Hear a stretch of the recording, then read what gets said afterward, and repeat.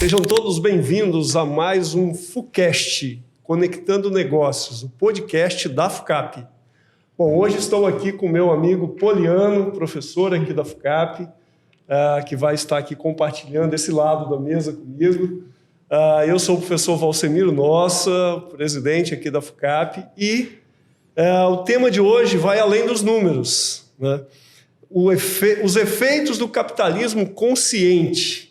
Bom, e para esse bate-papo, para entender um pouco mais, né, desse capitalismo consciente, temos aqui Thomas Eckschmidt e Andressa Borges. O Thomas é engenheiro, cofundador do movimento Capitalismo Consciente, é cofundador e CEO da CBJ, Conscious Business Journal, uma rede com presença em 23 países. É palestrante do TEDx com mais de 400 mil visualizações, é autor de mais de 20 livros, inclusive Capitalismo Consciente, Guia Prático, e atua como conselheiro em diversas empresas.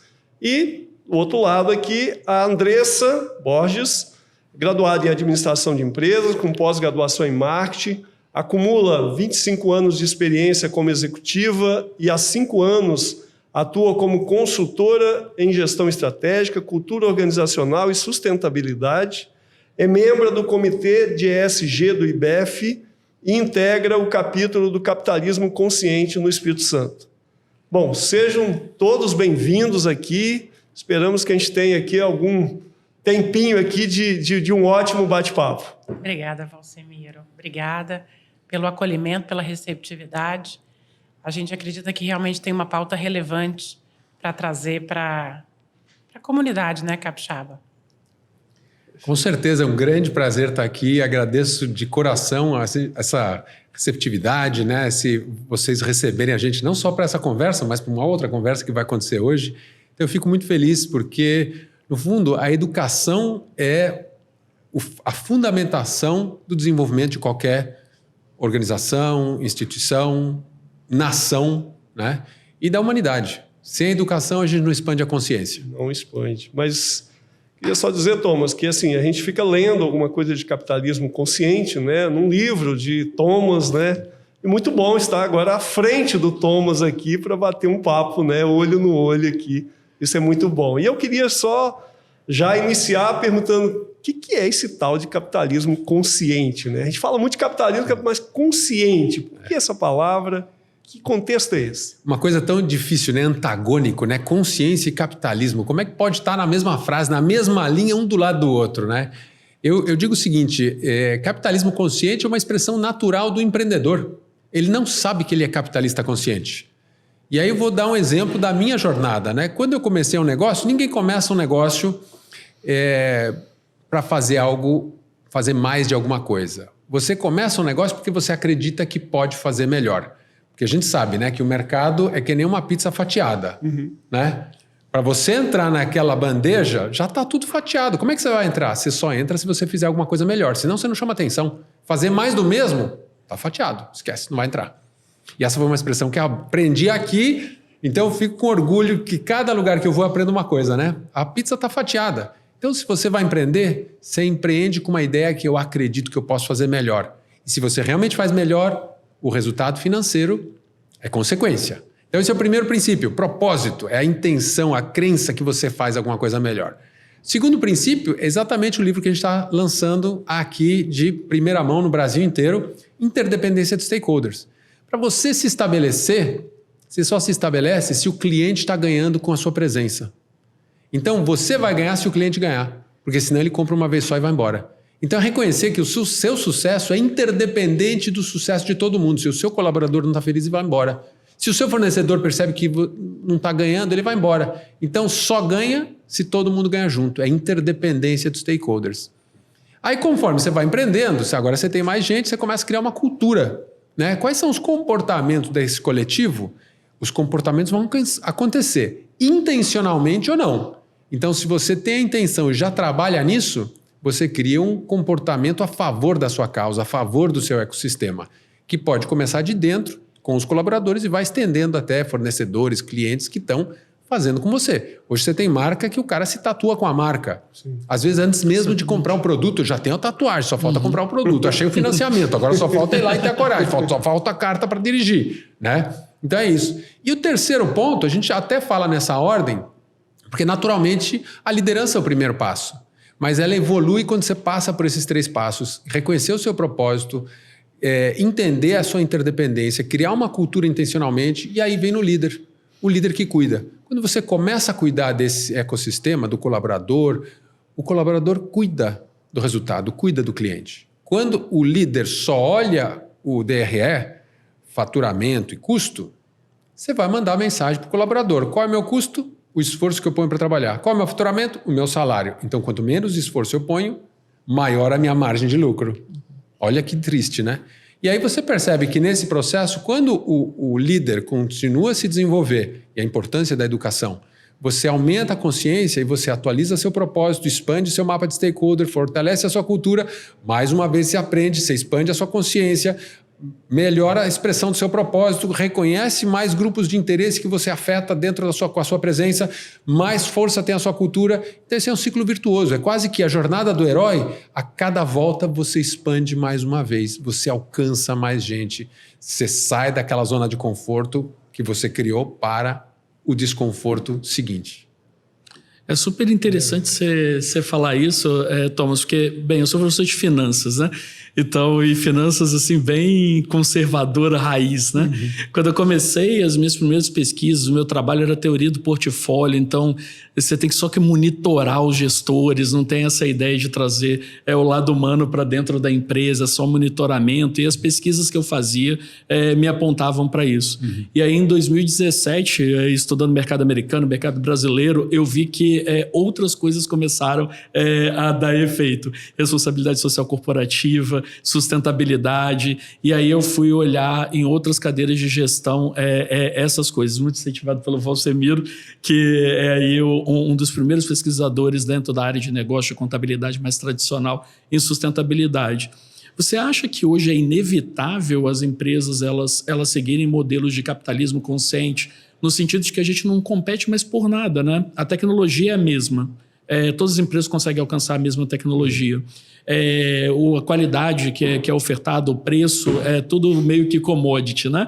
Então parece que agora a última fronteira para competição, para falar o meu produto, o meu serviço é melhor que o seu, é exatamente esses elementos. Você acha que é inevitável agora as empresas vão competir por isso, por ter mais propósito, por gerarem mais impacto, por serem mais justas? É um movimento que não tem mais retorno?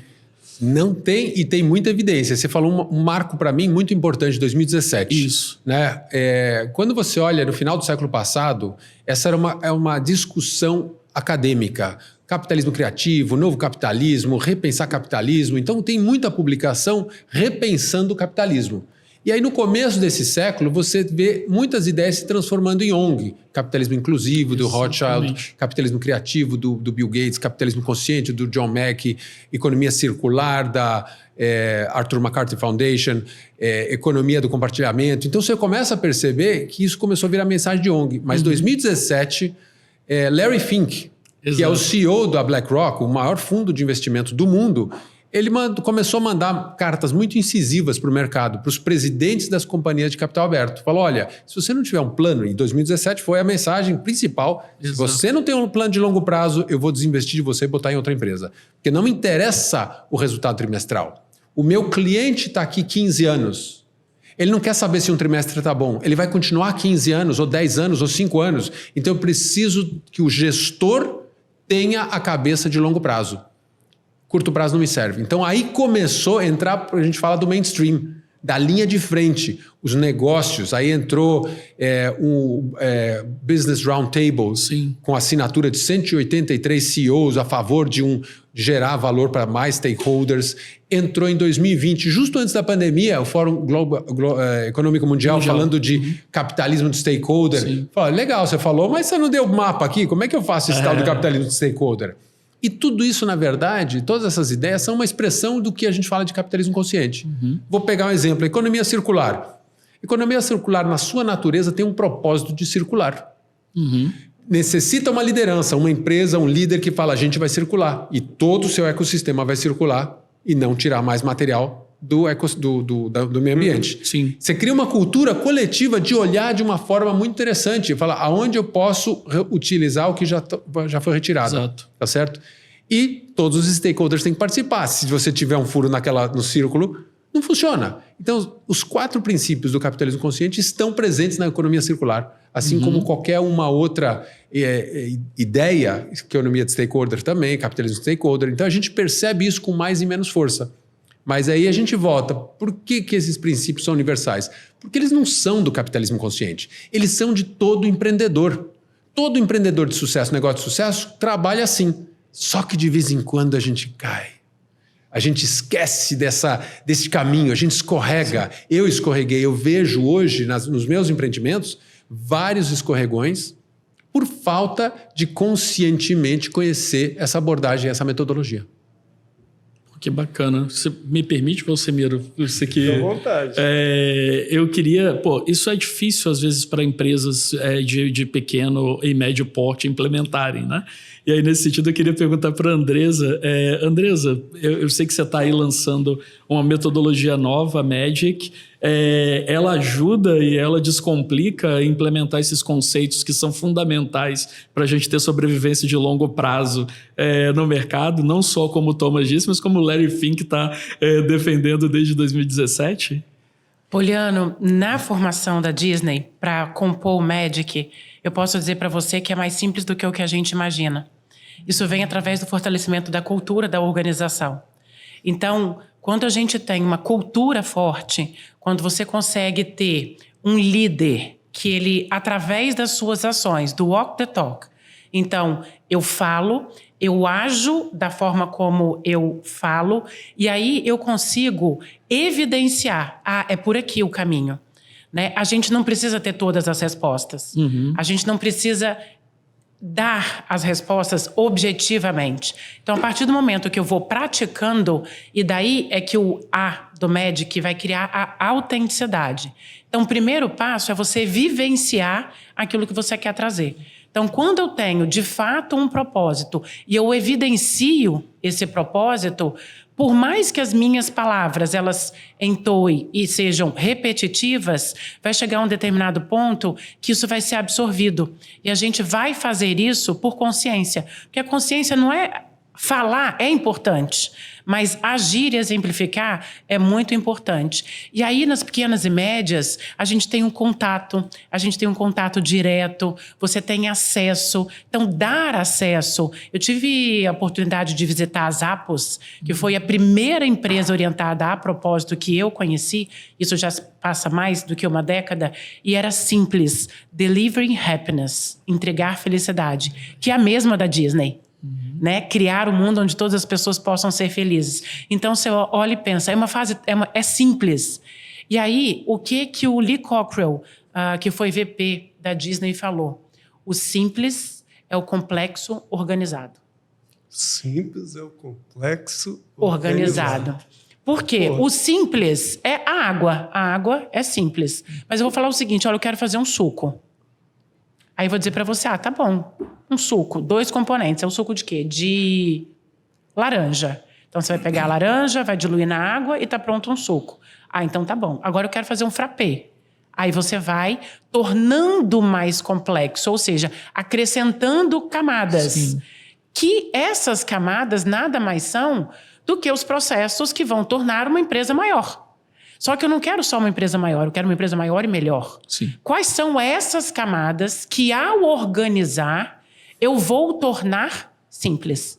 Aí eu consigo um complexo organizado. Então, eu tenho uma simplicidade. Por isso que eu digo que é mais simples do que o que a gente pensa. Mas ele começa com as pessoas, perpassa pelas pessoas, é executado pelas pessoas e é feito para as pessoas.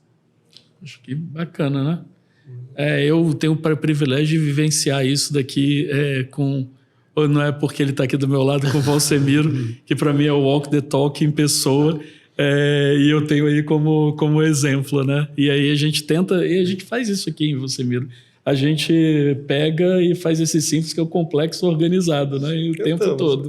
O tempo todo. Acrescentando, Poliano, a gente perdeu recentemente o Abílio Diniz, ele falava basicamente o seguinte: eu já trabalhei em diversos segmentos, mas uma empresa, um negócio, são basicamente duas coisas: pessoas e processos. Nessa ordem, pessoas e processos. Ele está dizendo a mesma coisa, o simples organizado. E quem vai executar os processos, quem vai desenhar os processos, quem vai cumprir os processos, quem vai inovar os processos, são as pessoas. Né? Então, só que se a gente entende que simples e complexo são opostos, a gente vai falar o seguinte: na verdade, o simples é fácil e o complexo é difícil. Gente, empreender é simples, mas não é fácil.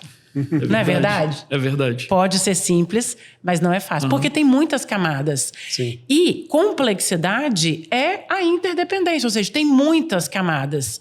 É feito junto, né? Esse mundo que a gente vive é um mundo de ambiguidades e de complexidades. E nesse meio vem muito também de você entender bem o que você quer, né? Exato, Seu propósito. Né? Exatamente. E aí a gente fala muito de propósito evolutivo, né? O que seria isso? O propósito, eu vou dar um exemplo do Google. Todo mundo conhece o Google. Quem não usou o Google hoje, ou ontem, ou essa semana, né? Então, quando esses dois jovens começaram, como é que era organizada a informação na faculdade, na universidade? Você vai na biblioteca, tem aquelas gavetas compridas, cheias de fichinhas, você pega uma fichinha de acordo com o alfabético ali, acha em que corredor, em que prateleira, em que estante está o livro que você está procurando. Eu passei por isso. Eu também. E aí, o que eles perceberam? A internet estava começando a surgir e fala, puxa, e aí? Como é que estão as coisas na internet? Como é que eu acho alguma coisa na internet? Não tinha buscador, não tinha nada. Sim. Alta Vista, Yahoo, você procurava dentro do site, não fora. E aí eles criaram um aplicativo para encontrar as coisas por aí. Então eles criaram um robozinho que ficava navegando pelo mundo, olhando os sites e indexando. E aí eles foram tentar vender a solução para Yahoo, para Alta Vista, para o AOL, para todas essas plataformas. E as plataformas falavam para eles: você está louco? Por que eu quero que alguém chegue no meu site e ache alguma coisa fora do meu site? E a gente falou disso antes. Então, eles tinham um propósito. Nosso propósito é organizar a informação do mundo digital. E fomos vender isso para quem está no mundo digital e tem muito trânsito dentro do site deles. E ninguém queria comprar. Chegaram a oferecer por 2 milhões tudo para o Yahoo. Leva tudo. O Yahoo falou, você está louco pagar 2 milhões para essa porcaria. Aí eles falaram, puxa, a gente precisa evoluir nossa intenção, né? O que a gente vai fazer? Vamos organizar a informação do mundo digital e fazê-la universalmente disponível? Tadam! Saiu a página do Google. Foi só nessa época... E a página era só o nome Google só o nome com a janelinha. E uma janelinha para você botar alguma coisa ali e sair uma lista de coisas. Então, o propósito deles, eles não desistiram. Eles falaram, vamos evoluir. O mundo ao nosso redor está evoluindo. Eles não estão entendendo a mensagem. Vamos tomar mais um passo. O que aconteceu depois? Começaram a escanear livros fora de impressão e digitalizar. Só que aconteceu uma coisa, tinha algumas coisas que o OCR, que é o identificador de texto, não conseguia identificar. Aí apareceu um tal de reCAPTCHA. Isso. E quem conhece o reCAPTCHA, eles terceirizaram o entendimento das palavras que o OCR não conseguia. Então tinha 2 palavras sempre. A primeira eles sabiam o que era, a segunda, depois de 500 pessoas que respondiam aquilo é cachorro. Agora tira e põe aquilo lá é cachorro, já está identificado. Então eles usaram o coletivo para beneficiar o coletivo. Então, organizar a informação do mundo, não era mais só digital, porque virou físico, tá certo? E fazer universalmente acessível. Informação está em todo lugar. Vamos botar um carro andando na rua, tirando foto de tudo. Google Street View. Exatamente. E agora eles começaram, hoje em dia, o reCAPTCHA é de imagens. Qual dos 3 é uma bicicleta? Porque um dia, um carro vai tentar reconhecer o que é uma bicicleta e o que não é. Então, continuamente organizar a informação do mundo e o que gera inovação é aonde mais tem informação para organizar, aonde mais, como é que eu mais faço ela universalmente disponível e agora incluíram mais um item, universalmente disponível e útil. Então, isso é o propósito evolutivo. Vai mudando o nosso entorno, a gente vai atualizando. E essa linguagem, acho que é muito importante, ela é universal. Não é minha, não é do capitalismo consciente. Frederic Laloux, no livro Reinventando Organizações, fala de propósito evolutivo como o lugar de chegar de uma empresa em autogestão. Porque quando todos sabem a nossa causa, eu não preciso de um chefe. O chefe com título, ele sai da sua posição de líder e vai lá embaixo para articular outros tipos de relação. E alavanca muito mais o negócio do que ficando lá em cima como chefe, porque ele tem uma equipe que sabe para onde está indo. Então aí vem a ideia do propósito evolutivo. Esse princípio, o princípio é expresso temporalmente como propósito superior, propósito maior, e de vez em quando você tem que voltar e estamos bem ainda? Está todo mundo entendendo? Beleza. E esse propósito ele evolui de fato, né? Porque você cria uma necessidade que não existe. Exatamente. Mas e aí é que é o grande pulo de gato do empreendedor, né? De você conseguir achar exatamente a janela que pode gerar um negócio para você. Né? Exatamente. Então você vê como é importante, né? Essa nomenclatura, ela é universal, porque é uma intenção universal. Você vai atualizando o seu negócio, porque tem negócio de 100 anos, você para pensar, o que você fazia 100 anos atrás, o que você faz hoje? Aí você vê empresa como a Nokia, que dominou o mercado, acho que todo mundo ia ter um celular Nokia e de repente sumiu. Por quê? Esqueceu da intenção. Quantos anos existe a Nokia? E eles se perderam. Samsung tem uma linha de produto que lá atrás fazia peruca. Não sabia. Chinelo. E hoje é conhecido com outra coisa. Enquanto você se mantém fiel a um propósito, uma intenção, você reforça a sua existência, você fortalece esse caminho. A hora que você começa a desviar, porque um produto é extraordinariamente poderoso, o risco é o ego tomar conta do eco. Exato. Não é que um é mais importante que o outro, mas um não pode ser permanente em relação ao outro. Se a gente olhar só o ego, a gente perde o rumo. Se a gente olhar só o eco, a gente perde o rumo financeiro. Sim. Exatamente. É verdade. A gente vira uma fundação. Fundação não... Isso é uma coisa que eu discuto muito com os meus alunos, né? Eles ficam até chocados. Eu falo que as empresas todas, elas estão em um único propósito. Elas têm diversos propósitos, mas tem um propósito que é comum a todas elas, que é ganhar dinheiro. E existem algumas que se perdem nesse propósito, exatamente nisso que você falou, Thomas, porque elas estão preocupadas, por exemplo, em fazer produto.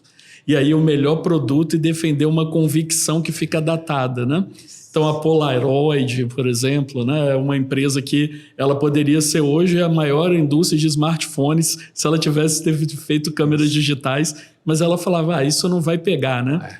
E eu vejo que isso está cada vez mais acentuado porque os mais jovens, eles não estão mais preocupados com carreira, eles estão preocupados com propósito. E eu tenho visto que os melhores que estudam aqui com a gente, eles trocam salários altos por ter a possibilidade de executar algum tipo de propósito dentro das organizações.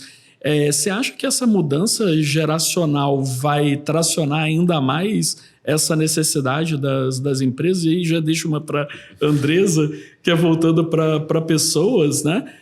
As empresas que não fizerem, não tiverem essa adequação, Andresa, elas vão parar de atrair capital humano por não ter senso de propósito, né? Então, se vocês puderem me dar uma ideia, um norte disso, eu agradeceria. Eu acho que o trabalho tem que fazer sentido. E tem muita gente trabalhando que vem trabalhar e fala, por que eu estou fazendo isso?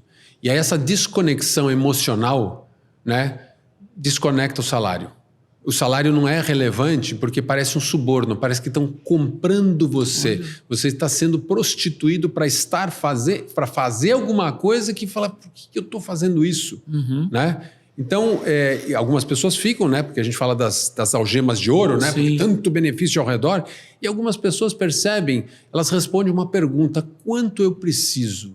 E com um mundo muito mais abundante que a gente vive hoje, e assim é fácil de pensar, né? Se a gente pensar nos nossos pais, com a idade que a gente tem hoje, a gente volta no tempo e falar, quando eles tinham a minha idade de hoje, o que eles tinham de acesso, saúde, mobilidade, informação, educação, ensino, tudo isso é muito menos. Uma geração a gente deu um salto tão grande, a gente vive num mundo mais abundante.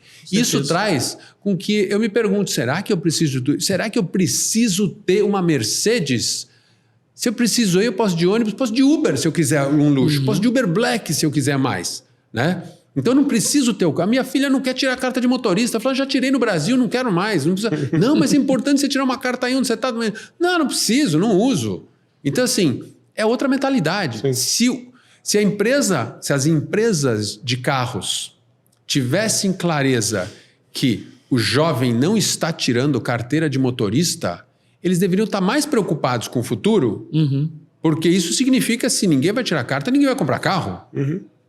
Então, mudar o produto. Né? Ou o carro é autônomo, e aí vem a ideia, General Motors teve a oportunidade de mudar o nome deles, sem mudar a marca, para atualizar o propósito para General Mobility. A GM ia continuar GM, só que em vez de General Motors, General Mobility. Para onde te leva a mobilidade geral? Carro autônomo, bicicleta, tudo isso. Drone, voador. Tudo. Então você muda, só mudando o nome e a intenção, eles podiam ter sido a Tesla. Poderiam mesmo. Entendeu? Porque eles ficaram amarrados naquele passado, eles ficaram no passado. Eles poderiam ter comprado a Tesla em diversos momentos e eles optaram por não. Exatamente. E vamos fazer American Muscle. É um negócio bem... E então isso é uma coisa que a gente às vezes esquece dos sinais. E o trabalho que a Andressa faz é assim, exatamente, eu vou deixar para você falar disso, porque é resgatar isso. Porque se a pessoa está trabalhando sem propósito, ela vai sair. Ela vai sair. E cada vez mais você vê o nômade, essas coisas, porque emprego também é uma coisa que tem cada vez menos. Trabalho tem o suficiente. É verdade. Então, com essa diferença de cada vez menos trabalho, eu me formo engenheiro, eu posso me sentar e esperar um anúncio de um emprego de engenheiro. Achar que o emprego, a sua formação te garante uma remuneração é uma visão passiva do mundo. Sim. Hoje, o que você aprende são ferramentas para encontrar trabalho, empreender, ser comprado por uma empresa, ser adquirido, ser fundido, E aquela intenção muito mais proativa vai te levar para frente. A intenção passiva do século passado, essa é a visão do ser um recurso humano. Me formei engenheiro, eu sou um recurso humano. Você falou agora do capital humano. Né? Então, a gente saiu do recurso humano e do recurso material para recurso material está sozinho, capital humano e capital financeiro. Eu já acho que a gente saiu do capital humano para uma fonte de inspiração e inovação humana. Agora a gente está sendo ameaçado como fonte de inovação e criação pela inteligência artificial. Então, onde vai cair o ser humano nessa porrada? E o que a gente vai fazer para que a inteligência artificial não seja nosso concorrente, mas a nossa extensão? Exatamente. Um apoio ali. Que é a forma correta. Eu vou até complementar a pergunta, Andressa, porque me surgiu uma outra coisa aqui. Não só a questão da atração do capital humano, né? Ou dessa fonte de inspiração humana dentro das organizações. O propósito é uma das formas mais baratas da gente alinhar a cultura e disseminar a cultura, porque me pareceu aqui no que vocês estão falando que esse é o caminho. Sem querer desconstruir a sua pergunta, eu vou dizer que o propósito é o caminho mais caro, porque ele não tem preço, né? Verdade. Então, você construir um propósito que engaje, e aí respondendo a sua pergunta objetivamente, você pode até atrair o talento. A questão não é a atração, é a permanência. E daí que a gente percebe hoje que 50% das pessoas, elas estão ali esperando acontecer alguma coisa, mas não conte com elas. 50%. Você imagina o que você ter 50% dos seus professores desengajados. É um desastre para a educação, né? O que vai acontecer com a tua tão querida avaliação lá na frente? Então, hoje, esse é o retrato das organizações. Esse é o retrato das organizações. 50% jogou a toalha, mas está ali quietinho fazendo o quiet quitting, né? 30% está desengajado. Joga contra. Então, imagina que num time de 10 professores, 5 professores estão quietinhos e 3 professores estão influenciando. Se o seu propósito não é valioso, você tem um líder trabalhando contra o seu propósito. Apenas 20% está engajado. Então, ou a gente tem um propósito e cuida dele, caro, é valioso, é caro daquilo quando você escreve, meu caro amigo. Quanto é que custa um amigo? Quanto é que custa a confiança? É cara, né? Quanto é que custa a confiança dos seus alunos? Quanto é que custa a confiança das pessoas que orbitam o seu ecossistema. Então, atrair, Poliano, a gente vai atrair muita gente, né? A gente é um país bastante populoso. Mas quem a gente quer atrair, quem a gente quer reter, quem a gente não quer perder? A Zappos, ela pagava a hora, quando eu fiz a visita, ela pagava a hora do seu colaborador $11. Se você quisesse sair, ela te pagava $17 pelas horas, por um X tempo de horas. Porque você vale... Se você acredita... Tem uma frase que fala, né? Se você acredita que é caro treinar um colaborador, imagina ter um colaborador que está remando Contra você.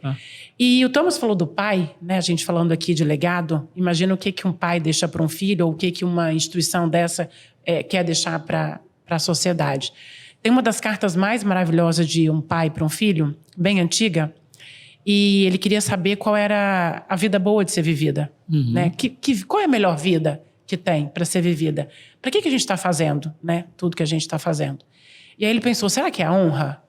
Aí ele pensou, não, né? Não deve ser a honra, porque se eu não tenho honrarias, nem todo mundo vai ter honrarias, a vida não deixou de valer a pena por causa disso. Certeza não. Né?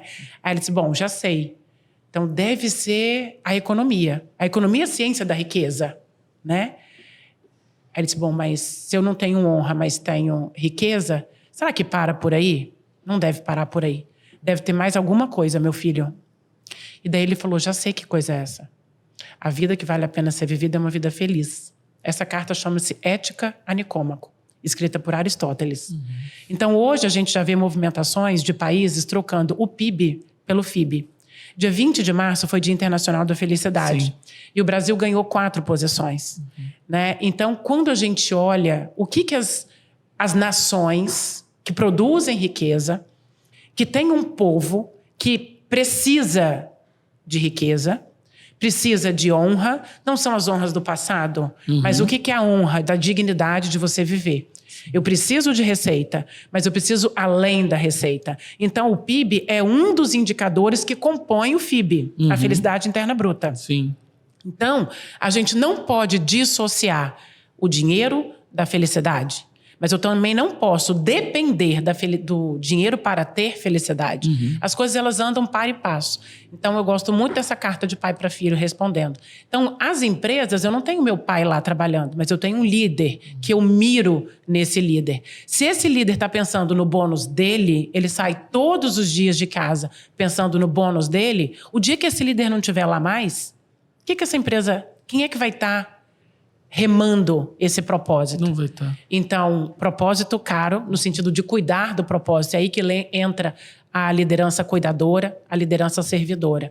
E, de fato, pensar numa felicidade interna bruta, sem esquecer do PIB, do Produto Interno Bruto. Acredito nisso. Isso faz bastante sentido. Hoje, Valcimiro, na aula que eu estava dando aqui, antes da gente gravar o podcast, eu estava falando com os alunos da importância das remunerações não financeiras dentro das organizações. Salário emocional. Exato. E aí eu dei um exemplo, assim, por culpa de alguns deles serem empresas menores, né?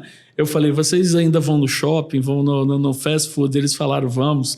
Falei, vocês já viram aquela foto lá do funcionário do mês? Então, quando a pessoa na fila vira e fala, poxa, você foi o funcionário do mês, o sorriso é imediato, a satisfação é imediata, né? Falar das coisas positivas da organização é imediato. E a gente estava discutindo isso hoje mesmo na aula, né? Eu acho que bem oportuno, né? E o quanto a gente tem falado de saúde no trabalho, né? Então, os ambientes que são contraproducentes são ambientes tóxicos, contraproducentes. Você está...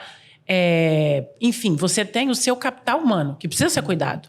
Não é verdade? Acredito nisso. Bom, a gente está falando de propósito, né? Você falou de liderança, falamos aí de vários pontos, né? De filosofias que devem ocorrer, quer dizer, estamos falando de cultura, né? De você gerar uma cultura proativa, né? Uma cultura que leve você a atingir seu propósito, seus objetivos e tal. E quando a gente põe essa pitada assim de ter uma cultura sadia, né, uma cultura responsável, né? Bom, o que a gente poderia chamar de quais competências, né, são aí para a gente ter realmente uma cultura responsável, né? Não sei quem quer comentar aí. Olha, acho que o melhor exemplo da cultura que você quer ter é o comportamento do líder, né? O que a Andressa está falando, né? Se o líder olha uma coisa e assim olha o bônus do final do mês, do final do ano, a gente pode ter uma organização como a Lojas Americanas. Sim, verdade. Ser maior, maior, maior a qualquer custo. E é muito modelo do século passado, do capitalismo do século passado, que a gente imaginava que os recursos eram infinitos, então você pode ser maior, maior, maior. Hoje a gente tem muita clareza que essa ideia de maior é consequência de você ser melhor no ambiente que você atua. Então a cultura é uma consequência desse comportamento do líder.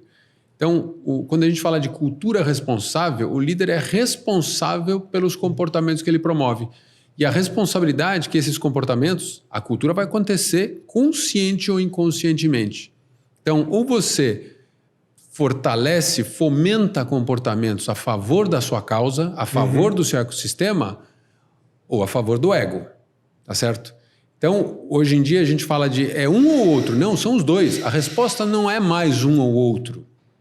A resposta, um e outro, é ambidestria, yin e yang, né? Você saber navegar entre essas polaridades, tem um momento que você tem que ter dinheiro para pagar o funcionário, o fornecedor, e tem momento que você tem que estar semeando para criar esse resultado de curto prazo em 5 anos, em 10 anos e assim para frente. Então, a cultura, quem determina, quem fortalece, quem cria, é sempre o líder. Se o líder está desengajado, cara, pode crer. Se o líder não está andando no chão de fábrica, esquece.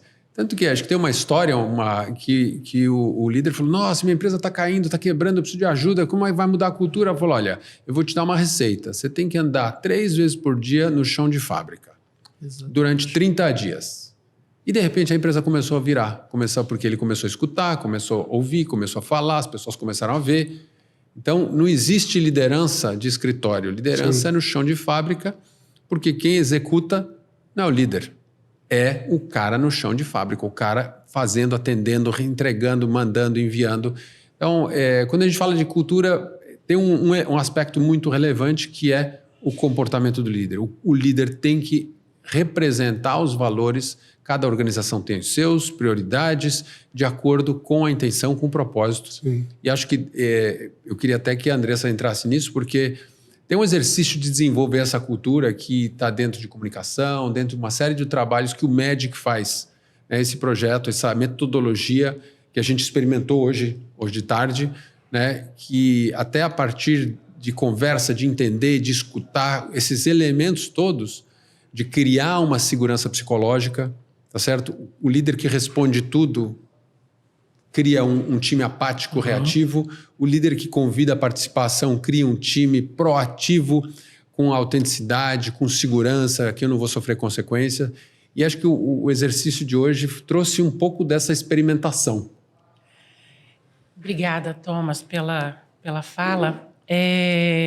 Eu acredito, Valsemiro, em algo que eu li até aqui, num painel, que é a visão da excelência.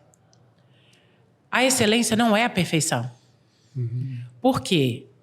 Vocês vão perceber que eu gosto bastante de filosofia e de etimologia das palavras, né? O perfeito está feito por completo. Então, se ele está perfeito, não tem o que tirar, mas também não tem o que pôr. Agora, a excelência, não. O que estava excelente ontem não é o que está excelente hoje. E não evolutivo. Exatamente. Então, se eu tenho uma liderança, e aí, de novo, né? O MEDIC, ele veio inspirado na formação do Walt Disney. Há quanto tempo nem o Walt, nem o Roy Disney estão aqui? A companhia tem 100 anos. Metade disso, eles não estão aqui. Né? Faleceram mais ou menos aí em 65, enfim. E a companhia continua gerando sonhos, continua crescendo, continua expandindo. Tem rumores, inclusive, que a Disney vem para o Brasil. É a excelência, na minha visão. Mas eu aprendi, de uma forma muito curiosa, a diferença de excelência para perfeição. Então, em 2019, eu fiz um intercâmbio cultural e eu queria fazer um intercâmbio cultural sem expectativas. E aí peguei um mochilão e fui fazer uma caminhada. Fui caminhar. Mas a gente precisa dar contorno para as coisas que a gente está fazendo, né? Porque senão fica esquisito.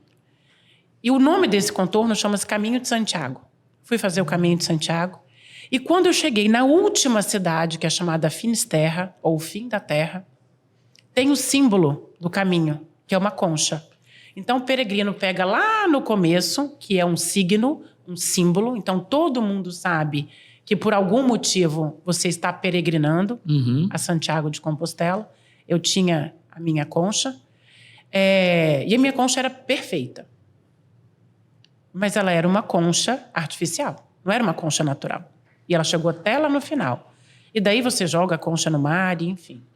Só que quando eu cheguei em Finisterra, que é a praia linda, tinham várias conchas daquela. Várias conchas. Daí eu devolvi para o mar a concha perfeita e fui buscar a minha concha perfeita natural. E aí eu olhava, já viu criança catando conchinha? Você pega essa, pega aquela, pega essa, pega aquela. Eu olhei, quando o mar saiu assim, tinha uma concha enterrada. E aquela concha me pareceu perfeita. E quando eu peguei a concha, ela estava faltando um pedaço. E eu descartei imediatamente a concha. E daí me veio um insight. Quantas vezes a gente, na busca da perfeição, descarta alguma coisa porque não está perfeito aos nossos olhos? E aí eu acrescento, então, Valsemiro, a nossa fragilidade. A gente fala, né, do mundo VUCA e do mundo Bunny. A gente entendeu o Brickball. A gente é falível. A gente é da natureza. E aí, então, eu reduzo isso em humanidade. E é por isso que a gente precisa de ser interdependente. Porque, enquanto eu sou mais falível do que enquanto todo. E esse todo, ele vai além da vida antropocêntrica, fazendo jus aí à homenagem, né? A entrada do Ailton Krenak na Academia Brasileira de Letras, que ele fala da visão biocêntrica. Então, se eu compreendo que eu sou falível, se eu compreendo que eu sou disfuncional e que, por isso, eu tenha organizações e governos igualmente aperfeiçoáveis, eu vou estar sempre na jornada da excelência. Então, eu sempre tenho oportunidade de estar evoluindo. Então, humanidade, vulnerabilidade e ecossistema. E daí, naquele momento, eu olhei, eu disse, em um átimo de segundo, né? Eu andei 900 quilômetros para uma concha me despertar esse insight. E os japoneses têm algo que é incrível, né? Quando quebra alguma coisa, eles preenchem aquilo. E daí me veio essa lição, esse aprendizado. Imagina, né? A concha não fala, a concha... Enfim, ela só existe, né? Como concha. E eu acho que esse foi o grande aprendizado. Então, eu tenho meus gaps, mas você pode ter como fortaleza o gap que eu tenho. E daí você transfere conhecimento, né? E daí eu aprendo com isso. E aí você tem os seus, e assim a gente gera um ecossistema virtuoso. É isso. E lidar com essas vulnerabilidades é muito importante, né? Primeiro você tem que aprender a reconhecê-las, né? Como a Andresa pontuou, de forma bem precisa. Tem um estudo científico, eu não vou lembrar o nome agora do autor, vou colocar depois nos créditos, tá, pessoal? Fiquem tranquilos, que eu, apesar de ser professor de finanças, eu sou um aventureiro aqui dentro, eu dou aula de várias coisas, e uma das coisas que eu fui estudar e dou aula, né, principalmente no mestrado, e de gestão de pessoas, mesmo sendo um cara de formação de finanças. E aí, um dos artigos que eu discuto na minha cadeira de gestão de pessoas é um efeito documentado estatisticamente até, mas o resultado é bem legal. Quando um líder ele não está num estado anímico adequado, se ele não estiver bem-humorado, se ele não estiver feliz, principalmente se ele estiver triste, se ele estiver ali pesaroso, se ele for lançar um projeto novo para a organização, a equipe não compra. eles documentaram isso, o time olha e fala, poxa, se nem a liderança está levando isso muito a sério, se é pesado o suficiente, né? Exato. Se é pesado o suficiente que a liderança ela não está conseguindo comunicar bem, a gente não vai fazer isso não, porque vai ser mais um dos projetos que ficam ali em cima da mesa. E é exatamente isso que você falou, né, Andresa, de a gente ter que entender todas essas vulnerabilidades para saber a hora até e como comunicar e, de repente, até designar outra pessoa dentro da organização para comunicar, porque é o todo, né? Não preciso ser eu como o líder máximo, né? É o todo. Bem bacana. Onde que eu vou buscar uma competência que outro domina melhor do que eu? A gente não vai saber tudo. Não. A gente não vai fazer tudo, né? É o líder das respostas prontas. O professor Pedro Mandelli fala muito isso, né? É o famoso zurrão. Então, você tem lá e a pessoa resolve tudo, tá, tudo bem. E o dia que essa pessoa for promovida, quem vai ficar no lugar dele? Se eu não posso promover... Sim. Uma coisa interessante nessa coisa do talento, né? Tem um estudo na Inglaterra que mostra que 10% da população é disléxica na Inglaterra. Só que 40% dos milionários são disléxicos. Aí você fala, pô, se você é disléxico, você tem mais chance de ser milionário? Não, quase, pode ser. Se você é disléxico, você tem melhor chance de entender qual é a sua debilidade e buscar o parceiro para cobrir com um talento que você não tem. Perfeito. Contratando um cara de finanças, arrumando um sócio melhor, um parceiro que te complemente. Então, só reconhecendo a sua fraqueza, você consegue juntar pedaços. Se você não tem essa capacidade de reconhecer, fala, não faço isso, quem vai fazer comigo? Sim. Então, é muito poderoso esse espaço de vulnerabilidade, né, de você abrir para falar, preciso dessa ajuda.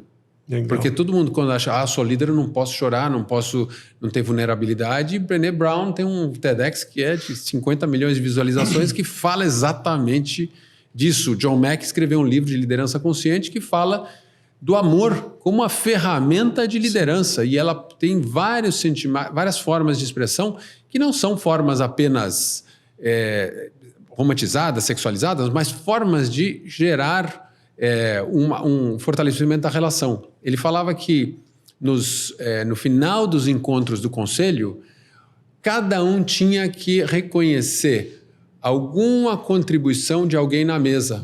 Puxa, aprendi muito com o que você falou, aprendi. E aí eles começaram a falar, não, você só pode reconhecer uma pessoa, agradecer uma pessoa, porque senão a nossa reunião de 2 horas de conselho tem mais 2 horas de agradecimento. Então limitaram a uma só pode fazer um reconhecimento. Em nome dessa... Isso, acabou, próximo, senão... Mas, Thomas, para a gente já ir caminhando aqui para o nosso encerramento, né, podemos falar que eu estudo um pouco de sustentabilidade. Na verdade, não sou tão estudioso assim, mas venho me aventurando, acho que desde 98. Né, as minhas pesquisas foram um pouco direcionando nisso e de lá para cá a gente vê uma série de evoluções, né, algumas siglas vão aparecendo, né, hoje nós estamos falando de ODS, né, mas nesse meio aí tem uma agenda criada lá pela ONU, né, dos ODS, os Objetivos do Desenvolvimento Sustentável, né, os 17 objetivos. E essa agenda ela é previamente para 2030, né, poxa, faltam 6 anos para chegar lá. Como é que nós estamos nisso tudo? Como é que isso está no mundo dentro desse conceito aí, né, de consciência, né? Será que nós estamos caminhando realmente para cumprir essa agenda? O quão distante será que a gente está disso tudo? Acho que o ODS mais importante que a gente tem que desenvolver é o ODS 0, a consciência. Porque sem esse desenvolvimento, ninguém entra para olhar os 17. E uma coisa que a gente fala muito de evolução, né? Os 17 ODS mais o 0 são uma evolução dos Objetivos de Desenvolvimento do Milênio. Sim. A gente tinha 8, a gente aprendeu muito. A gente pode dividir em 17 para facilitar, para identificar. E hoje, uma coisa muito importante quando você olha, a gente vem do mundo dos negócios, que você avalia tudo, de repente criaram regulamentações, e a regulamentação, então você tem que cumprir a lei. Aí o pessoal do negócio fala, puxa, eu posso ser eficiente e aumentar meu resultado. E Paul Polman lançou uma ideia muito mais poderosa, agora a gente tem que ser net positive. Né? O que é isso? Olhar em todas as dimensões de negócio, não existe compensação. Eu vou pintar um monte de escola pública porque eu desmatei 10 hectares. Não dá para compensar uma coisa com a outra. Então a nossa presença ela tem que ser positiva, 0 ou para cima. E você olha aonde? usa os 17 objetivos como os indicadores. Se tiver alguma daquelas 17 áreas onde você é negativo, ali você tem que zerar. E onde você pode ser mais positivo, você sobe, né? Agora, existem modelos de negócio, já empresas trabalhando na regeneração. Então, você trazer na agricultura, você tem um avanço muito grande, né? E tem outras empresas que também já estão começando a olhar e falar, ó, eu tenho que ser regenerativo, eu tenho que devolver a capacidade de entregar. E no meu primeiro empreendimento, uma coisa que a gente fazia rastreamento de alimentos, a gente olhava a segurança alimentar em 3 dimensões. A gente tem que ter alimento suficiente para as pessoas não morrerem de fome, porque tem gente morrendo de fome. A gente tem que ter alimentar a quantidade. A gente tem que ter qualidade suficiente para que as pessoas não morram com alimento contaminado, porque muita gente morria com contaminação. E o terceiro, a gente tem que ter práticas produtivas para permitir que as gerações futuras continuem se alimentando. Porque não adianta ter quantidade e qualidade suficiente e daqui a 10 anos não ter mais o que comer. Né? Porque desertificamos. Então a gente está falando de quantidade, qualidade e impacto. Que na verdade é a evolução dos sistemas. Então, quando a gente fala de ESG, os Objetivos de Desenvolvimento Sustentável, a gente está tentando acelerar, aumentar. Com certeza, 2030 a gente vai ter avançado muito. Eu gosto de falar que o movimento dos negócios conscientes começou em 1994, quando Ray Anderson, o dono de uma empresa de carpete nos Estados Unidos, foi solicitado pela equipe para dar o lançamento de um programa de sustentabilidade. Ele nem sabia o que significava sustentabilidade. Aí ele leu um livro de John Hopkins que dizia Ecologia do Comércio, e tinha uma frase que marcou ele muito, que era a morte dos nascimentos, extinção das espécies. E ele percebeu que ele era um saqueador do planeta. E com certeza empresários que atuassem desta maneira no futuro seriam presos, seriam condenados a ser encarcerados. E ele começou com um projeto de ser carbono neutro, com o objetivo de chegar em 2020 com carbono neutro. O que aconteceu? Eles alcançaram em 2019 a neutralidade de carbono. E agora eles estão movendo para uma regeneração. Então é literalmente recalculando a rota. E o que a gente precisa para acelerar esse desenvolvimento é trabalhar o ODS Zero. E aí uma ONG na Inglaterra, começou, na Suécia, a criar o Inner Development Goals, os Objetivos de Desenvolvimento Interno da pessoa. E a educação tem um papel muito grande nisso. Quanto mais a gente ensinar, uma das ideias da gente estar aqui hoje é como é que a gente cutuca, incentiva, abre o olho do futuro líder. Porque na universidade está uma parte dos futuros líderes. E se essa turma sair com uma sementinha, ela pode nascer hoje, amanhã, daqui a um ano, mas com certeza vai nascer mais rápido do que meus 25 anos para chegar nisso.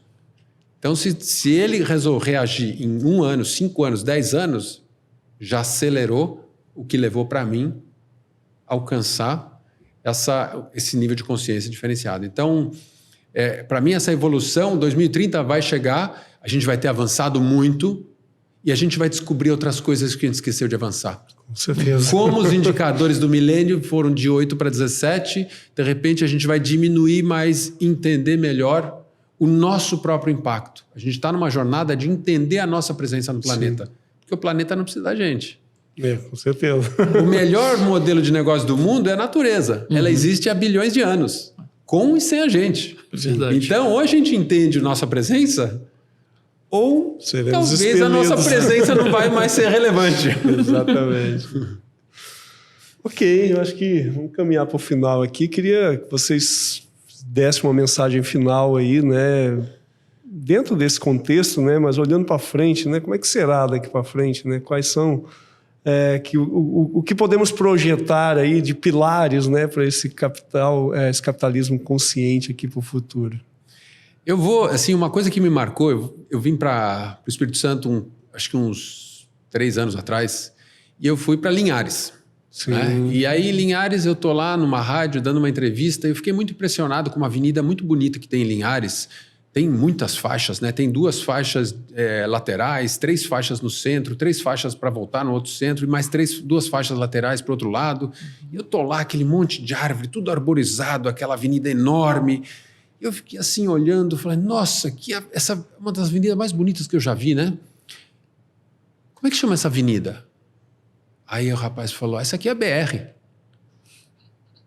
Quando a gente pensa numa BR em área urbana, tá todo mundo rindo porque vocês já entenderam o que eu percebi, né? Uma BR, uma estrada federal ou estadual numa zona urbana é a pior. É a coisa mais horrorosa, assim, tudo de ruim pode estar naquele lugar. É isso aí. E eles tinham uma coisa muito diferente. Eu falei, uma BR? Como assim? Você tá louco, você tá brincando, não é verdade. Aí a segunda pergunta que eu fiz para ele, então, eu falei, quem plantou essas árvores? E aí os caras ficaram procurando quem foi que plantou, porque ninguém mais sabia. O que é isso?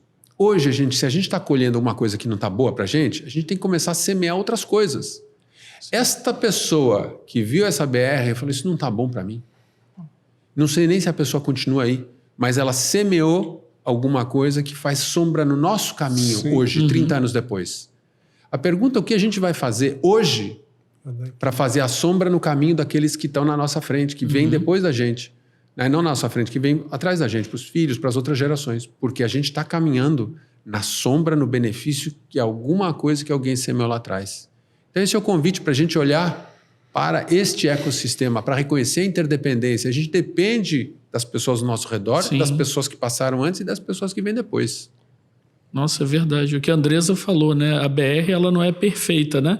Mas alguém fez dela excelente naquele momento e ela parece ser excelente até agora, né? É impressionante. Olhando para o nosso Brasil, né? A gente tem que entender que o Brasil é essa BR, né? Em largas proporções.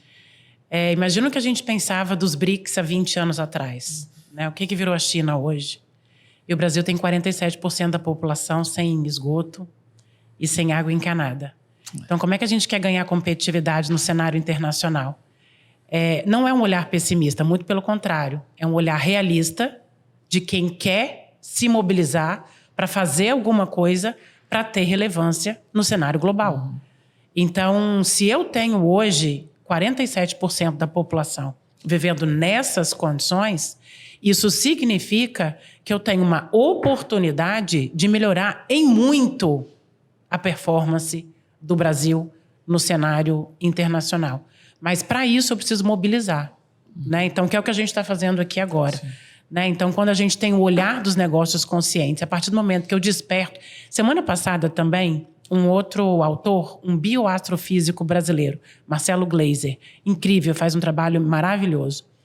E o livro dele é O Despertar da Consciência do Universo.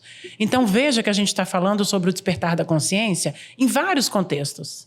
Que consciência é essa? A consciência que a gente pode ser melhor. Né? Então, acho que olhando para esse futuro, a gente entender que o cenário é de oportunidade, é de urgência, se a gente quiser realmente ter uma vida digna e competitividade no cenário internacional. Acredito nisso. Com certeza. Muito bom, né? É excelente. Bom, acho que ficamos por aqui. Queria agradecer muito, Andressa, por ter até provocado esse momento, né? Muito obrigado, Andressa. Agradecer ao Thomas, né, por estar aqui em Vitória, né, nesse dia e ter a oportunidade de estar aqui com a gente. Prazer. Poliano, agradeço também por ter dividido essa mesa aqui. Eu que agradeço a oportunidade. E queria só falar para vocês que o nosso... a cada quarta-feira nós sempre teremos um episódio novo, um novo assunto, um conteúdo. Nós estamos aí nas principais redes sociais, né, no YouTube, nas principais plataformas aí, Spotify. Então, não esqueça de avaliar, não esqueça de comentar, não esqueça de compartilhar para o seu amigo. Ou seja, o que nós queremos aqui é disseminar conteúdo, disseminar conhecimento. Se você tiver algum tema que você queira que seja discutido aqui, comente lá, mande para nós, que certamente vamos aí à busca de pessoas com a devida competência para falar desses assuntos. Então, ficamos por aqui e até a próxima quarta-feira.